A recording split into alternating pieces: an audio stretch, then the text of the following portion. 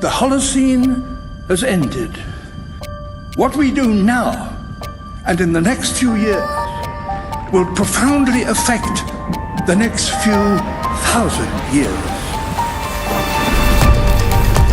The only conditions modern humans have ever known so far are changing, and changing fast. Nothing stays the same on this planet. Everything changes. The Earth is going into one of these jumps, and you don't know what is going to be on the other side of those jumps. The Earth is always jumping.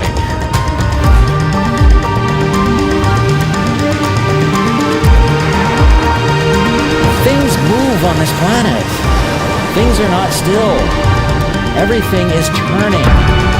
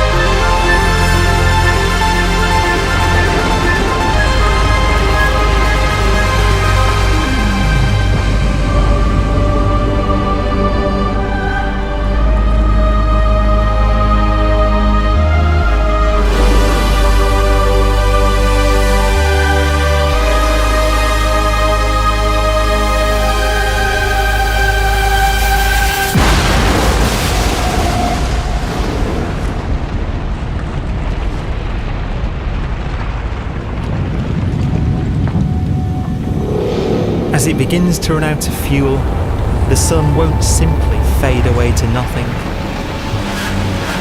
Its core will collapse, and the extra heat this generates will cause its outer layers to expand.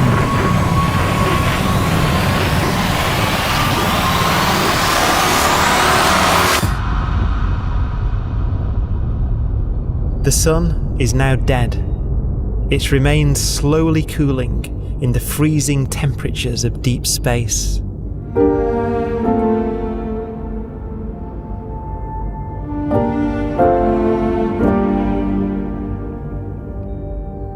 The fate of the sun is the same as for all stars.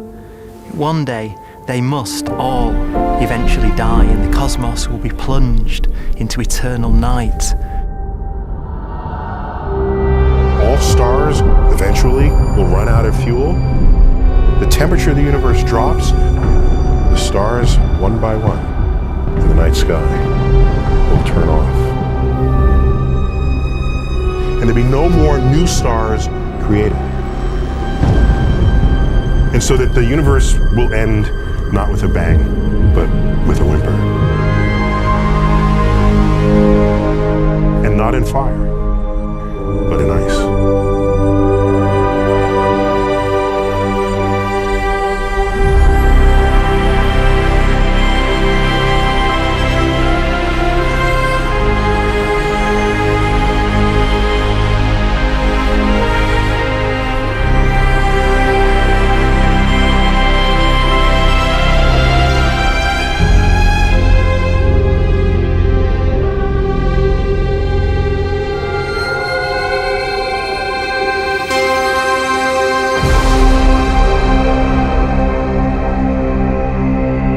With no fuel left to burn, a white dwarf's faint glow comes from the last residual heat from its extinguished furnace.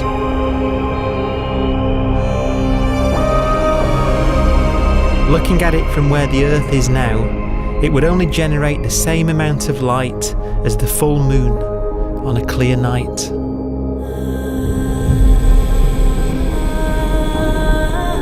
The faint glow of white dwarfs will provide the only illumination in a dark and empty void littered with dead stars and black holes.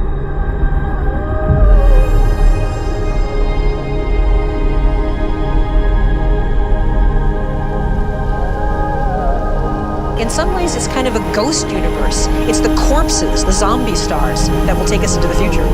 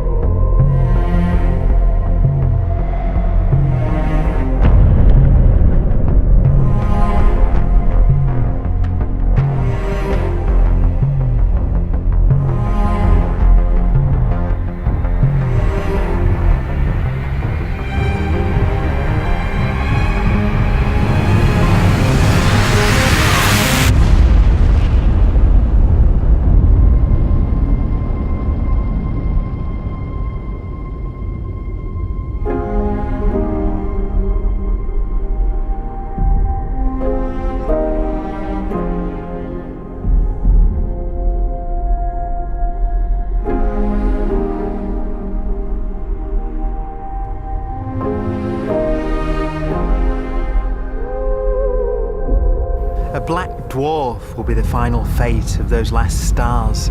White dwarfs that have become so cold that they barely emit any more heat or light.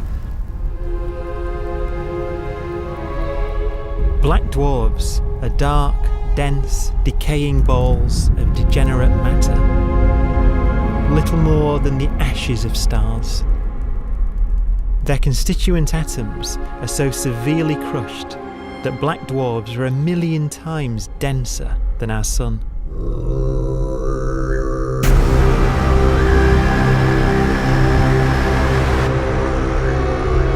Stars take so long to reach this point, we believe there are currently no black dwarfs in the universe.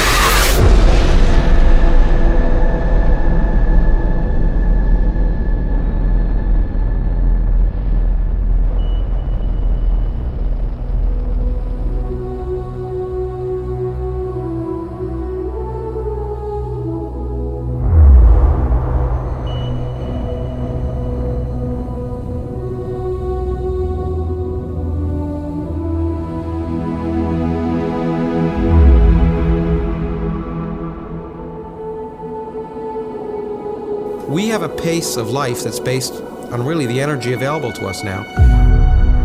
You could imagine living conscious systems which have a very different pace and therefore can extend out at least a lot farther than you'd imagine otherwise.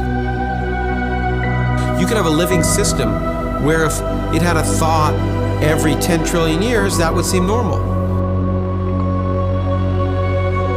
Even if our life dies out, one could imagine at some time arbitrarily far in the future, a fluctuation occurs which allows intelligent life to exist again for a little while. So you might have islands in time of intelligence.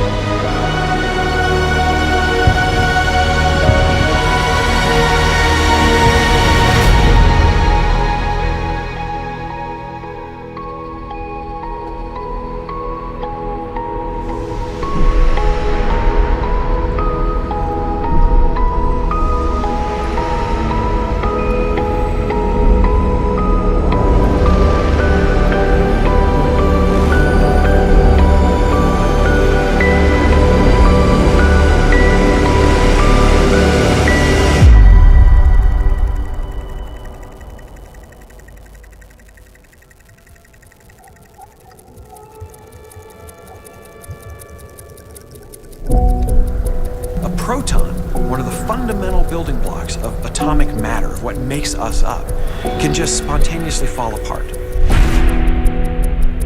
Any material that evades the pull of a black hole eventually dies away as its protons disintegrate.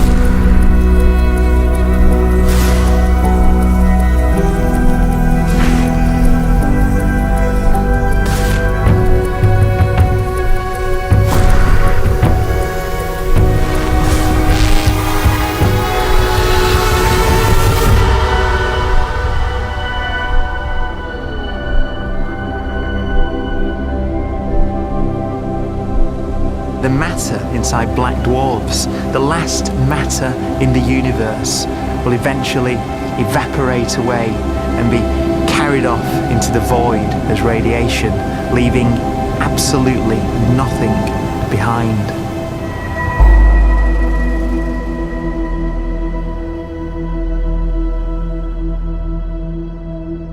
With the black dwarfs gone, there won't be a single atom of matter left. All that will remain of our once rich cosmos will be particles of light and black holes.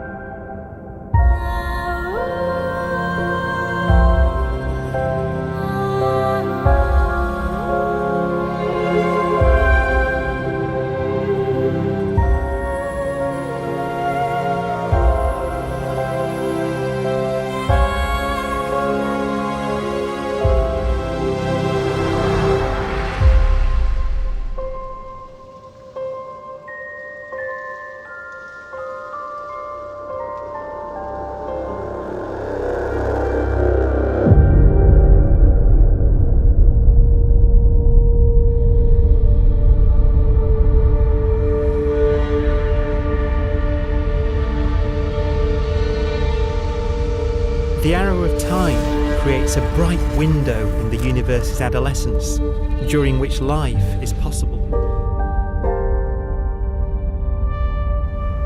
But it's a window that doesn't stay open for long. As a fraction of the lifespan of the universe, as measured from its beginning to the evaporation of the last black hole, life, as we know it, is only possible for 1,000th of a billion billionth billion billion billionth billion billion billionth of a percent.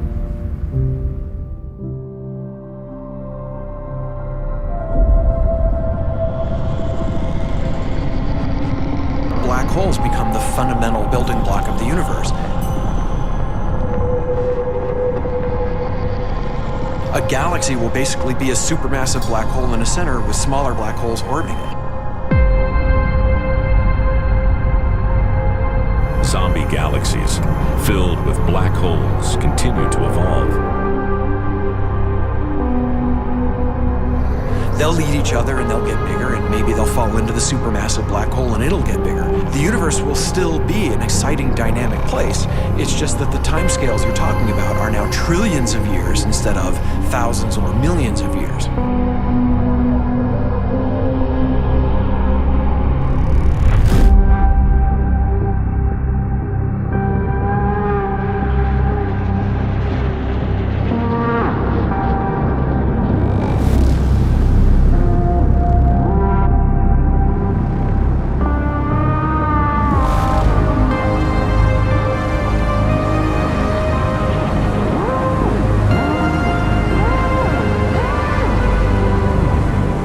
Black holes can bang on space-time like mallets on a drum.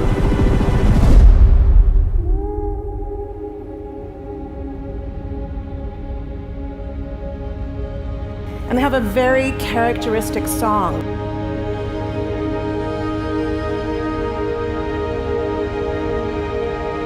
Imagine two black holes that have lived a long life together. At the end of their lives, they're going around each other, crossing thousands of kilometers in a fraction of a second. As they do so, they leave behind in their wake a ringing of space, an actual wave on space-time.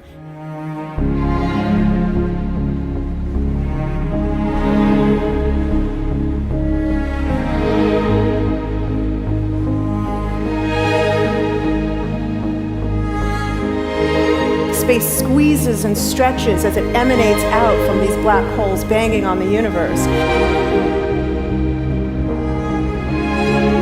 Those are the gravitational waves. They are literally the sounds of space ringing. And they will travel out from these black holes at the speed of light as they ring down and coalesce to one spinning, quiet black hole.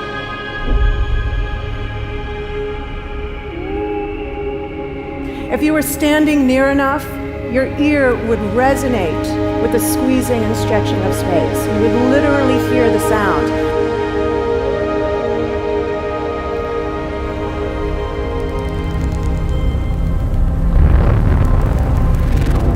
Imagine a lighter black hole falling into a very heavy black hole. The sound you're hearing is a light black hole banging on space each time it gets close.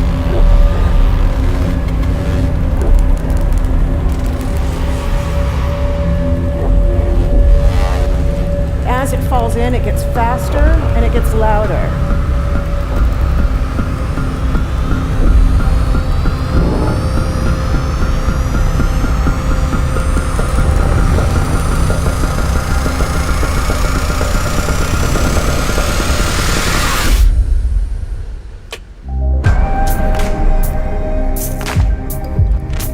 Scientists used to think black holes were immortal, but even these will one day die. Now we're talking about timescales of unimaginable length, quadrillions of years into the future. On that timescale, even the black holes begin to evaporate.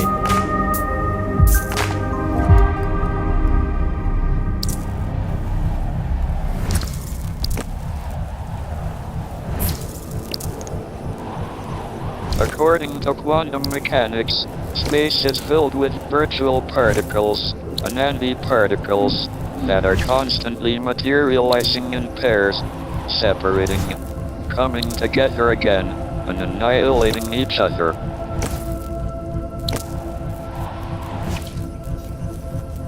In the presence of a black hole, one member of a pair of virtual particles may fall into the hole, leaving the other member without a partner with which to annihilate.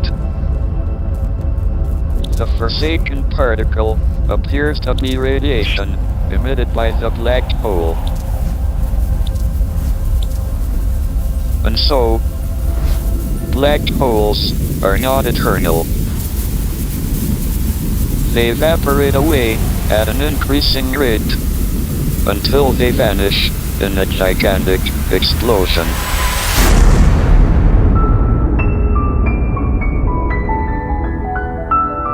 Quantum mechanics has allowed particles and radiation to escape from the ultimate prison, a black hole.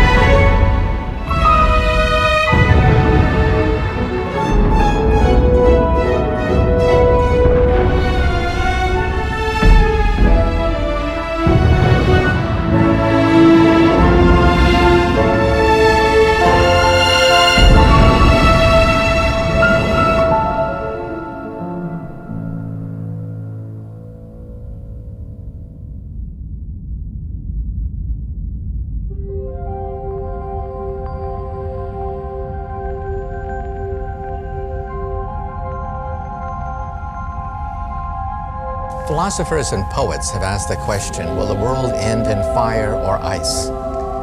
We can now give an answer. The latest evidence shows that the universe is not slowing down, but it's speeding up out of control. And the universe, we think, will die in ice. Trillions upon trillions of years from now.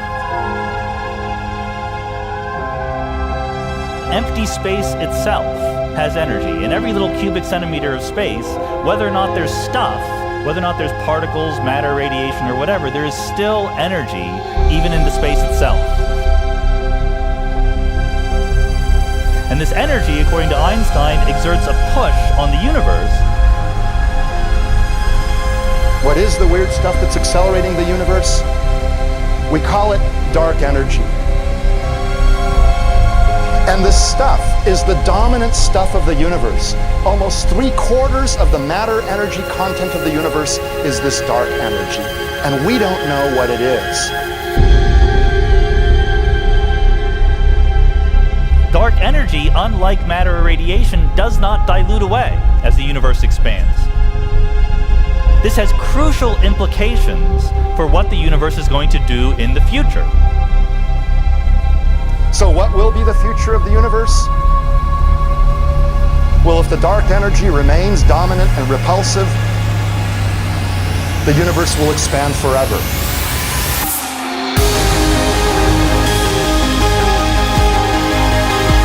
Faster and faster and faster with time. A runaway universe. 70% of the energy of the universe resides in empty space, and we don't understand why. But we do know what will happen. If that energy continues to be there, the universe will become cold and dark and empty. That's the future as it might be. We don't know because we don't yet understand the nature of dark energy. Until we do, we won't know the future. We won't even understand our own origins, and that's why we want to know and study this subject.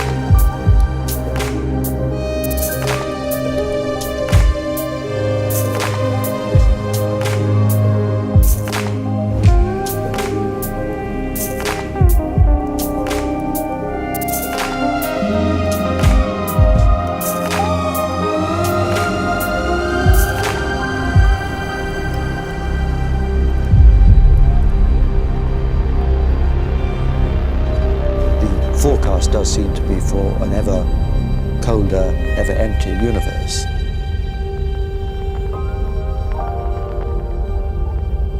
But then, of course, we have to ask, could that end lead to a new beginning? And there are ideas whereby what actually is the end of our universe could in some sense be linked to the beginning of a new one.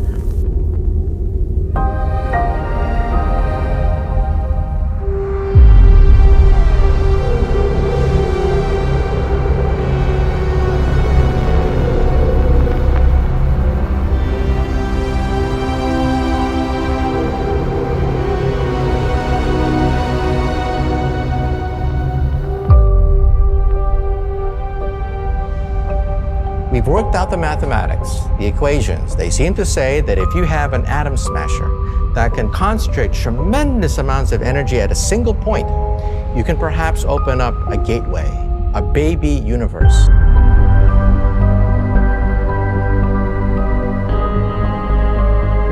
Facing the death of everything there is, this perhaps is their only possibility of escape. And this also raises a very intriguing possibility, sheer speculation of course, that perhaps any universe that has intelligent life in it will create baby universes, will create lifeboats, and proliferate child universes. So an evolution may take among universes in the multiverse. Survival of the fittest may take place. So those universes which do not have intelligent life are infertile. They have no children. But those universes that have mild temperatures, stars like us, would create civilizations that could open up child universes, and they would then proliferate.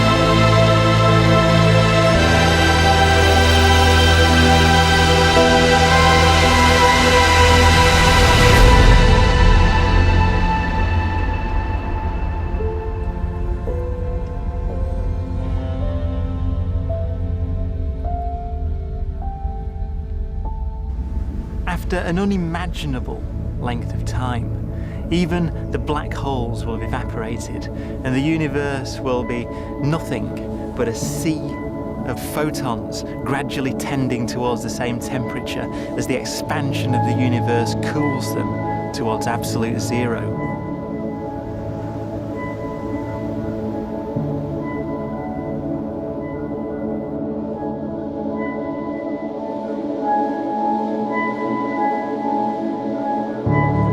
Once the very last remnants of the very last stars have finally decayed away to nothing, and everything reaches the same temperature, the story of the universe finally comes to an end. For the first time in its life, the universe will be permanent and unchanging. Entropy finally stops increasing because the cosmos cannot get any more disordered. Nothing happens, and it keeps not happening forever.